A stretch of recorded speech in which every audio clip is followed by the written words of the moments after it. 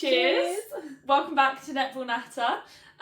This episode, obviously, we wrapped up the Horizon series last episode, or last kind of series, and we'll go into this. We'll go back to the series with New Zealand and England, talk about those games, which will kind of merge all into one, get all three games out of the way, ready for Christmas, ready for the new year, with some exciting things planned in the new year as well. But we do want to just start off. There's been some really exciting news about the Super League, and they are now introducing the Super Shot into the Netball Super League in the UK. Now, obviously, we've seen it in Australia, and how that works there, how it makes the games maybe a bit closer. What was your thoughts when you first saw it? Were you like super hyped for it, or what do you think? Yeah, so when I first saw it come out, my initial reaction was I was really excited, and the reason why I was really excited is because I do think when you think about netball as a sport and when it goes into professionalisation, I think the reason why the Australian League has done really, really well is because they've been able to create the drama and get people really excited. And that Power 5 time, everyone knows the siren kind of goes off, and it's really great to see that what typically would be, I would say it's quite hard to get intercepts in netball. It's not a given that a team's going to get it. So I do think it creates a little bit more drama in the game. And it means that maybe if a team is trailing behind and they've got a super shot queen in their team that can bash a few out in a row, you can suddenly go from being behind to level and potentially even put in ahead of a team through landing a few super shots. I do think, because I also was very excited. I saw it and I thought this is going to make the games a lot closer, just more interesting and exciting to watch. I do think it's interesting that they chose to announce it, and whether the teams knew, because obviously all the teams were picked.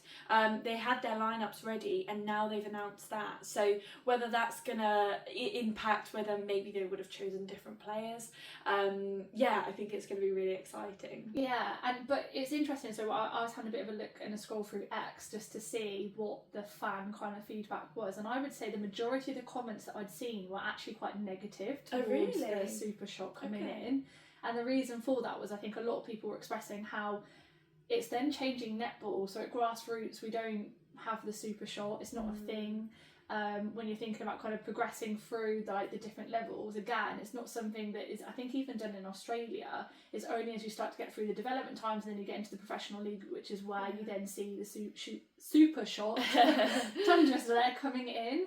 So a lot of feedback was quite negative, and to your point, there's a bit of a debate going on online as to whether the teams actually knew about this coming in, because if they didn't, to your point, it then means could teams have been picked differently. So I know, like, for example, Gabby Sinclair has come over from Australia into the Netball Super League, so she is going to be a prime candidate for someone she was brought in on that Power 5 time as being that super short kind of guru.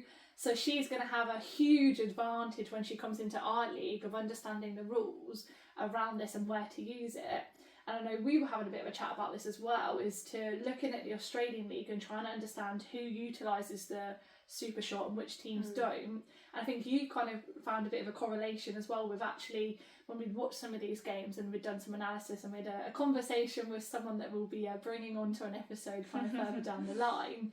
And their kind of perspective was a bit that actually the data shows that the top teams that don't actually use the super shot is actually the teams that actually finish lower in the Suncourt Super Netball that utilise the super shot a lot more. And does that then have an impact on where they finish and where they kind of position as part of that?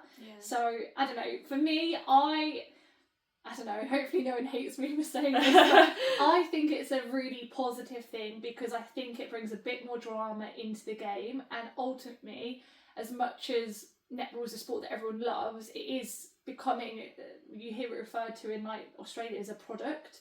It is becoming a product that needs to be, televised. You want engagement, you want people to be watching it, you want people to be talking about it.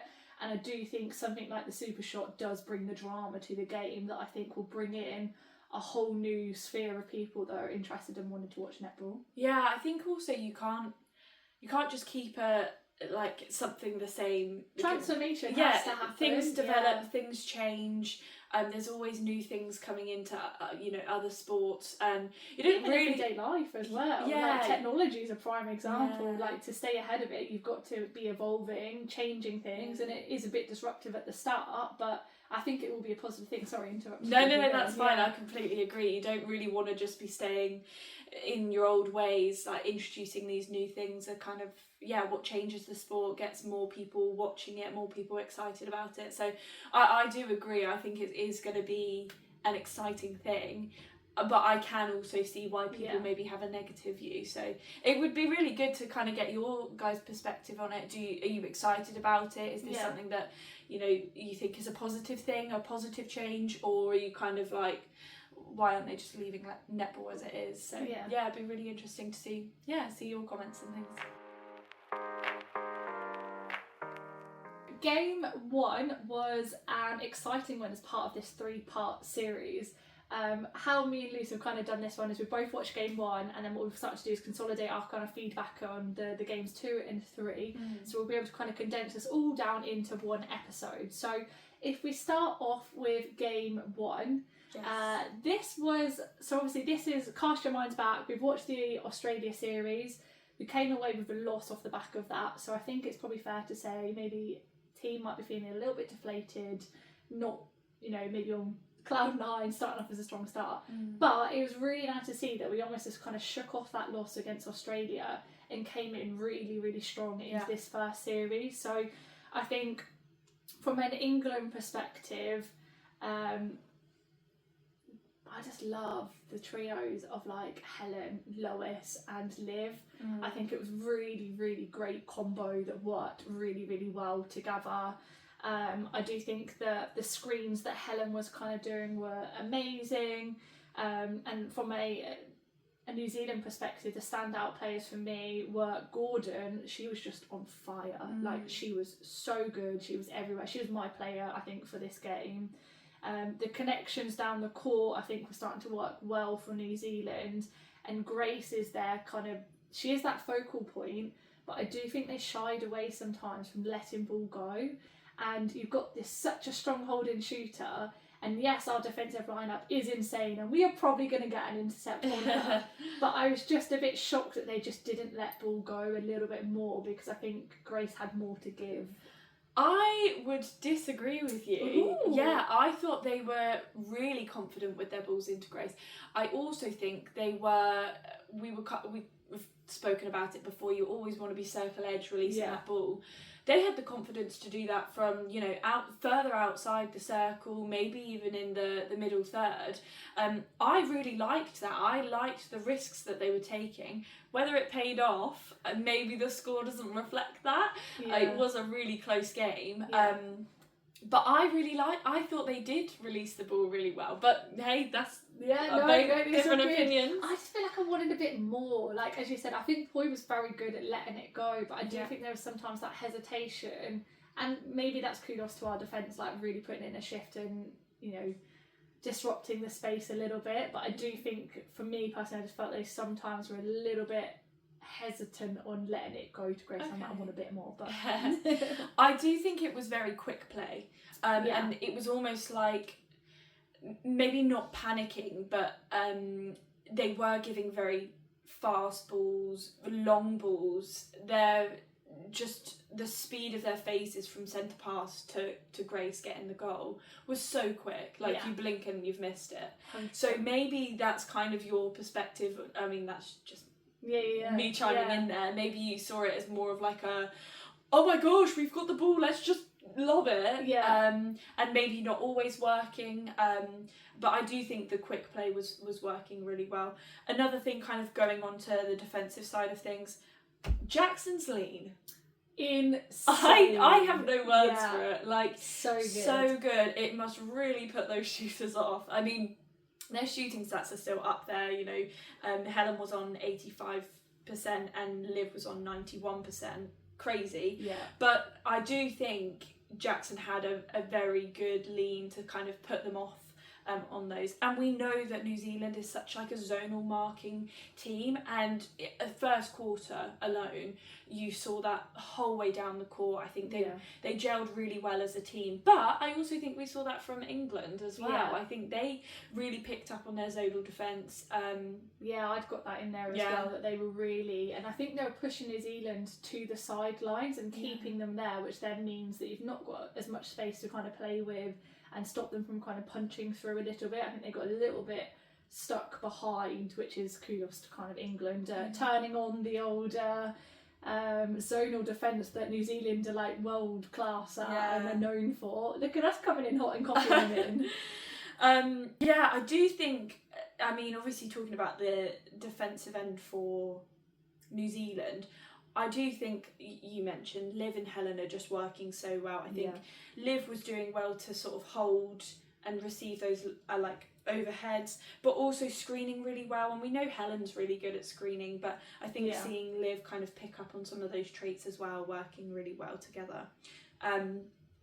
What was great to see from the Silver Ferns though is they managed to get 9 games in this one, so I think they were really starting to kind of pick up some of the ball, which I think they're really good at, and they got a couple of deflections in there as well.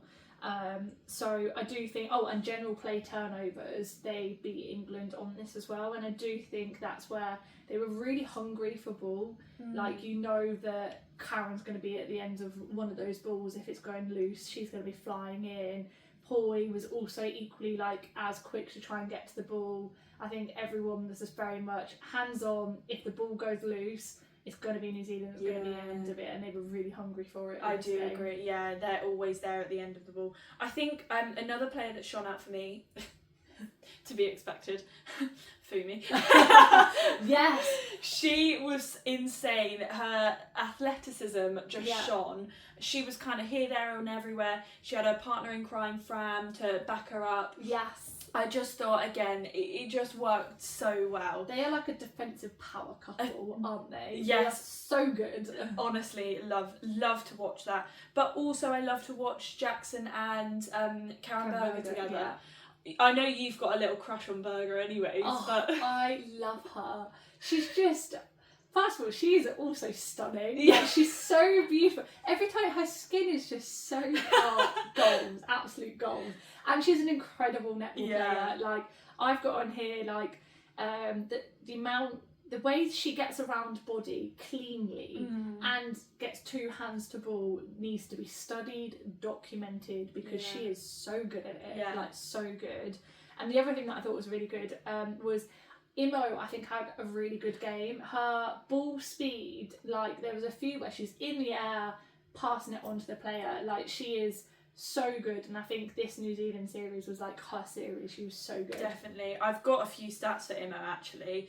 I've got her at 38 feeds into the circle, which is just insane. And also second phase received, so obviously she's given the centre pass, she's the next one on that. She's got 14 of those, which was the highest for the England side. So she's just kind of there giving options, being that like really strong central player. So yeah, always loved watching Imo, but this was specifically masterclass. As always. So that game kind of finished, well, it didn't kind of finish, it did finish at 59-58 to England. So it really was down to the last wire. And I think it very much changed throughout the whole game. Like, it wasn't just England leading the whole time. It wasn't just a, back and forth. It was so good to watch, like, just so interesting. So I was then very excited for the second game, which I know you'll sort of go into a bit more. Yeah, so after that first game, England obviously took the win, nail biter. We were all screaming literally at the TV to get the win and like hold on to the ball.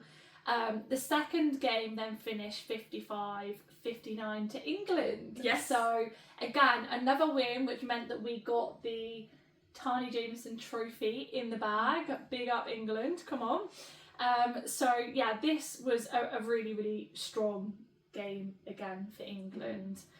From a shooting perspective, I would say pretty strong for the girls. So Liv was sitting at 89%, so you can't really say she did too much wrong in there. And then Houseby was at 82%. So Houseby wasn't on for the full game. We did actually see Berry Neal come in and have a go on this series.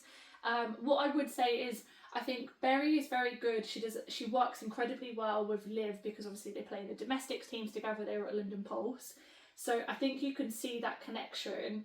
But what I would say is, I don't know whether it was the nerves or, you know, I think it wasn't her first international debut here, but I think she hadn't played in the Australian series, and then to come in this be her first one, I guess as part of the end of the season for us.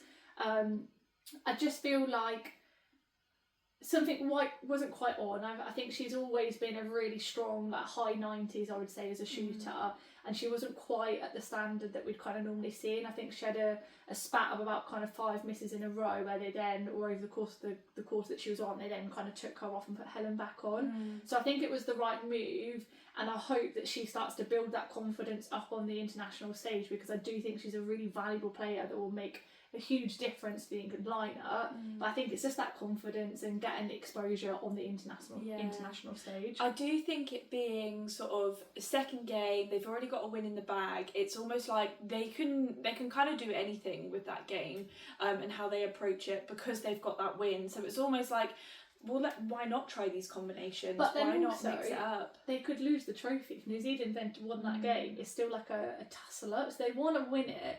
So I think it was good that they gave it exposure, but I think they made the right call in then making the switch and bringing the steady hands of Helen Houseby back on. And I just hope that Berry takes that confidence, because when she's on, she's a phenomenal player. I remember seeing her when she first came onto the scene in the Netball Super League, and I thought she is definitely going to be a future Rose, because she was so strong. The other couple of bits that I kind of noted down from this game was, we started to fall behind in quarter 2. Yes. And I was like, what is going on? Come on, like, pick back up. Like, the Roses just weren't looking quite as strong, and we actually lost, albeit it was very close, 12-14 in the second quarter, and then we were down 12-18 in the third quarter.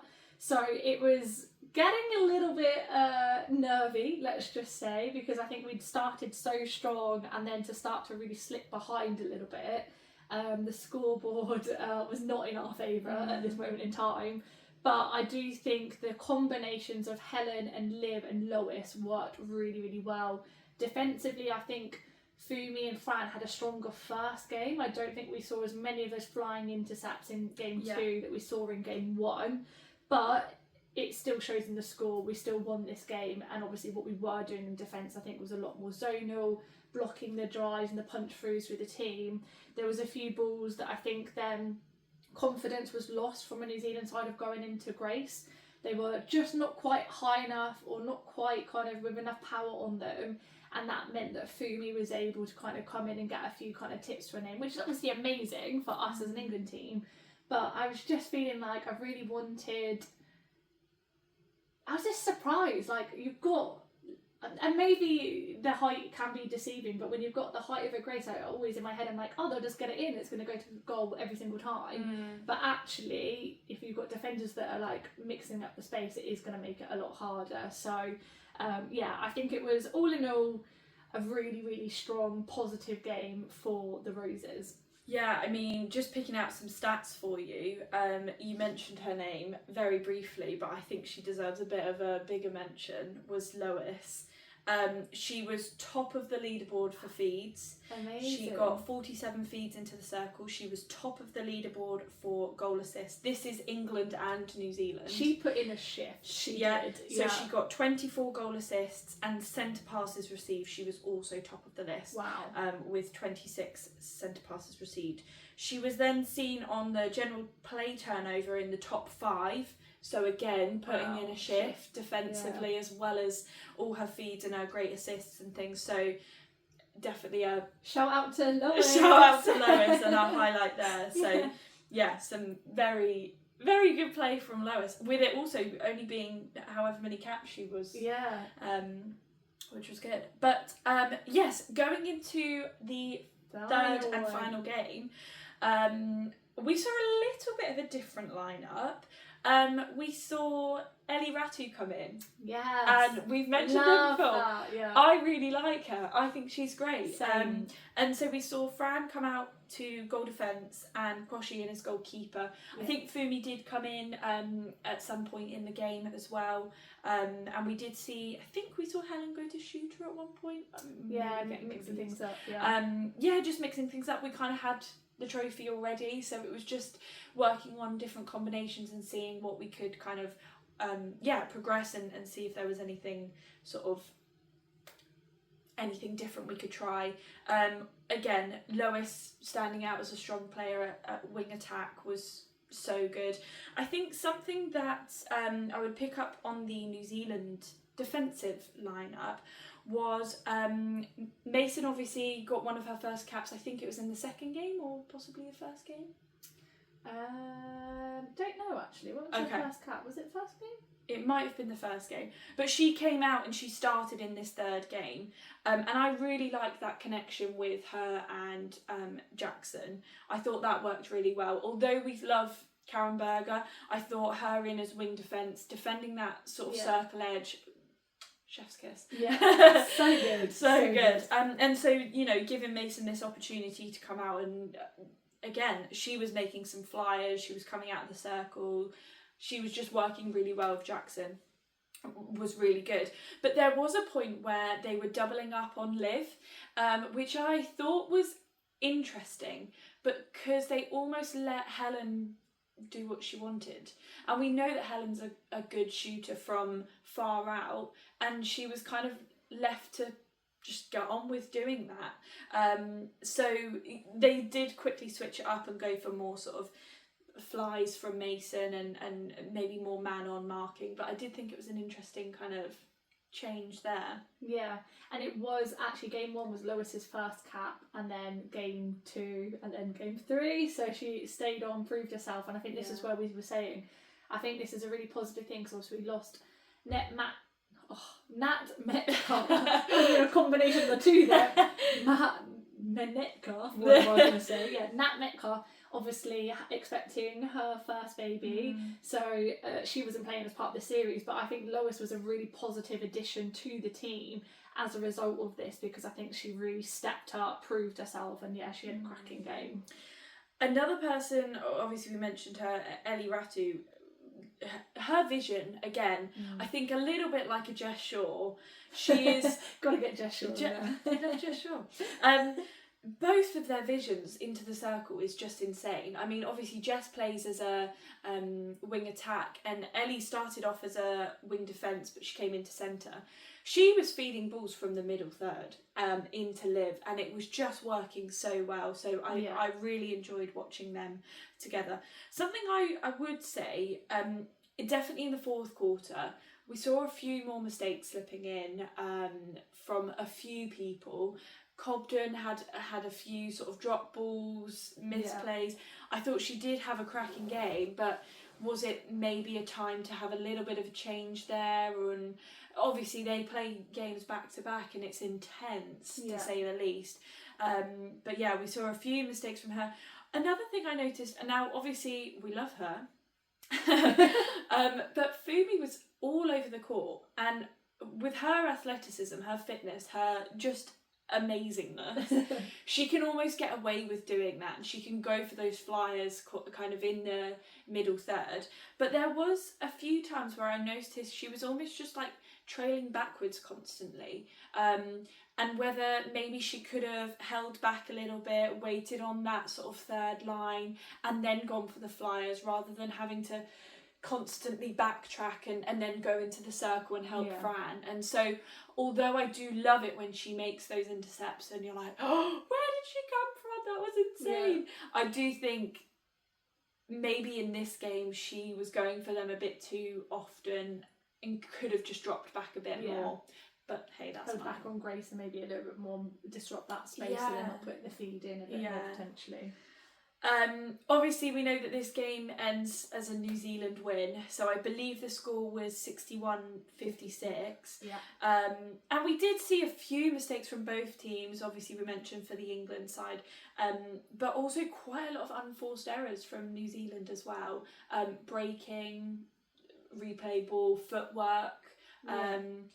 Again, fatigue sort of slipping in here. We see those mistakes coming in too, but still a great game to watch. But I do think game 2 was just... Yeah, that was an amazing game. And I think probably, as you said, like, we've had the win game 1, we've won game 2. Obviously, we would love to have had all 3 in the bag, but it didn't matter if we won or lost this game because we'd already got the trophy. It would have been nice to have 3 from 3. Yeah. But I do think that hopefully gave New Zealand the kick to be like, right, we've got to take this final one. This is our opportunity to not lose all 3 and at least take one win over England. So I think hopefully that gave them a bit of a confidence boost because then they were playing Australia next, kind of going into that series. In terms of like how the game kind of progressed from a data perspective, New Zealand got the most games. They got 13 games compared to our 7, and I think it's probably clear to see from that game that they were hustling hard. And they got 20 general play turnovers compared to our 14. Yeah. So I do think, as you said, defensively they were really starting to put in a shift to start to get the ball through the court and get some more points on the board. Yeah. In terms of the top 5 though, what was really interesting is I think Gordon was just phenomenal and she was everywhere, wasn't she? Yeah. She had 28 feeds to her name, 24 goal assists to her name. She was the top across the board on both of those as well. And then below her was then O'Brien was again number 2 for feeds and goal assists, and England were then kind of the next closest thereafter, with Pearson being the most number of feeds and the most number of goal assists, but that is quite a bit behind actually what the Silver Ferns were kind of bringing to the table. So I do think they really kind of pulled out into a league of their own. We maybe dropped off a little bit. Yeah. Overall then, over the full 3 games, I don't know whether you've thought about this or not. Okay. I definitely have not. So we're just going to throw in the deep end. Okay. Who would you say is your player of the series? So we've got to remember this is Lois's first cap. Yep. God, you know I'm a fangirl. For England, I'm going to go Lois because for her to come on and play so well, and in her first 3 caps, considering where she's come from to where she's come now, I think at the end of the series she's progressed a huge amount as a player. I think she was absolutely phenomenal. Actually, no, didn't she play in the Australia games? She did. I think she didn't play as much, but she was in. Yeah, she for against New Zealand, first few caps here. Yeah. I do think she was phenomenal, and I think she put in a shift, and I think she really filled the shoes of a Nat Metcalf who we were kind of missing. Yeah. But if I think about a New Zealand perspective, I really want to say on the defenders, but I'm going to go with Gordon because she was just next level in this series. Like, genuinely, I think she was just incredible, and she is, I would be as bold to say, one of my favourite centres. Really? I think on the international stage, because I do think she is just, she works hard, she's clinical, she's fast, she's got the agility, she works really hard around the circle edge, she's a strong attacker and defender. I think she had a phenomenal series. She was doing some really nice rolls off the body, which I don't think you see very often, especially from a centre. Definitely. I do enjoy. So to be fair, I thought we were just going to do one player throughout. Oh, sorry. But that's okay. I like to jump in there. I can't pick. From a New Zealand perspective, I would either go for. So I think my second choice would be Karen Berger. Yes. We were saying she's just so insane, so clinical, very sort of, she makes contact calls and she makes obstructions, but just, I mean, you're a defensive player, you're going to have those calls against you. Just really good. And then her relationship with Jackson, who I would give to my player of the series for New Zealand. Ooh, nice. She's just like, first of all, that lean. Yeah. I'm sorry. Elite. What? How can we learn this? Is I this know. a thing? I realise she's really tall, but still, like, oh my goodness. And then she just worked the players really well, and kind of made them play to how she wanted to defend them, which I thought was really, really clever. She was going up for flies, she was getting tips, she was just all over the place. Yeah. And just really enjoyable to watch. Definitely. In terms of an England's perspective, I have not even thought about this. So I have no idea. No, go on, you got to pick someone. Who do you think? To be fair, I think I would second Lois, just purely on statistics. Like, Yeah. you look at that data, she is top of the leaderboard, if not in the top 5. Yeah. Across all games, isn't she? Across all games, and to be so early on in her career, yeah, on it's the just international stage, is insane. it's just isn't it? insane. So I think I would second Liv. Do you know what? Yeah, you're right. I've just had a quick look across all of the games. She is pretty much in the top 5. I think the first game was the only one in goal assists that she wasn't. Yeah. But every other game she's in the top 5. Yeah. You can't deny that. Need That say is, more. Yeah, exactly. So it's such an enjoyable series to kind of watch, and like, yeah, loved we it. rewatched it a few times. And it was just nice to see loving. England like back on track. I think after the I think we're all a bit disappointed off the back of the Australia series. I think, you know, it was a tough game that Australia are so good, and then to come back and do so well and just kind of shake off the loss and probably the disappointment that's come in, to then wipe the slate clean and come in so strong was just amazing to see, and I think they did an amazing job. Yeah. The Dream Team Challenge. Obviously, because we've kind of compacted it all into one episode, we're going to do one Dream Team for the whole of the series. So obviously New Zealand and England over the 3 games. We will still have 30 seconds, even though we kind of discussed the 25, because this is too much. This is more 3 series, exactly 3 games. So so 30 seconds on the clock as normal. We've got the list of the players in the series here. Let's see how we do. Okay. Ready? Yeah. 3, 2, 1, go. Shooter. Noweki. Yeah. Goal attack. Although I loved Helen, I do think Ekanasio was doing a lot of She hard put in work. a shift, didn't she? Ekanasio. Wing attack. Pearson. Lois, has to be. Centre. Oh, Imo had a great season, but then Gordon. I can back Gordon. Wing defence. Okay, decided. Heffernan. I love Heffernan. Yeah, Heffernan. Goal defence would be Fumi for me. Yeah. And then goalkeeper, I would have to give to Jackson. Oh, sorry, the time didn't. Done. That's it. The time's up. We'll check to see if that was actually, because it didn't buzz for me, but. Oh my god. Okay, so we went for Noweki. Yeah. Ekanasio. Yep. Lois. Gordon. Heffernan. Fumi. William. And Jackson. Yeah, Jackson. So although we won the series, New Zealand won the Dream Team for Yeah. us. Oh god. Yeah. Well, let us know what you think.